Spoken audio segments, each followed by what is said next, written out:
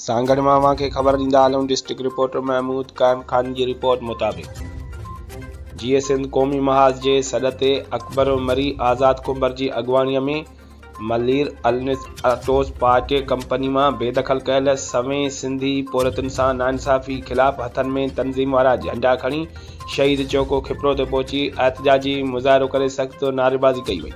उन मौक़े ते मरकज़ी अॻुवाण अकबर मरी आज़ाद कुंबर ऐं ॿियनि मीडिया सां ॻाल्हाईंदे चयो त कराचीअ अंदरि अल्निसन ऑटो कंपनी समेत मुख़्तलिफ़ कंपनियुनि मां सिंधी माण्हुनि जो रोज़गार वारो दरवाज़ो बंदि कयो पियो वञे।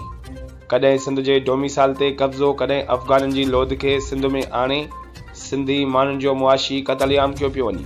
अॻुवाननि वधीक चयो त अल्निसन ऑटो कंपनी मैनेजमेंट सिंधी माण्हुनि सां नफ़रत जो इज़हार कंदे सवें पोरतुनि खे बेदख़ल करण वारो अमल बर्दाश्त जोॻो नाहे। कंपनी मालिकनि खे चिता था ॾियूं त बेदख़ल कयल पोरतुनि खे हिकदमि बहाल कयो वञे, न त ॿी सूरत में सख़्त खां सख़्त एहतजाज जो दाइरो वधायो वेंदो।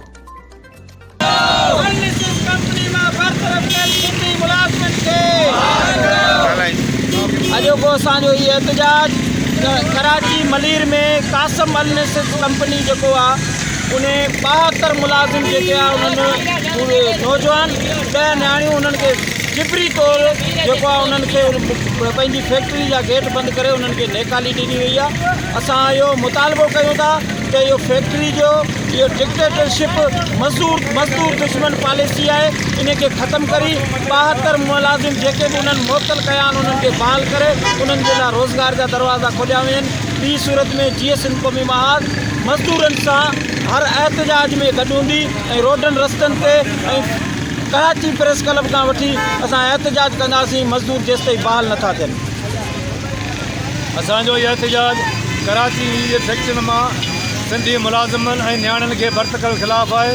असां उनजी मज़म्मत बि कयूं था ऐं पंहिंजो एहतजाज बि रिकॉर्ड करायूं था।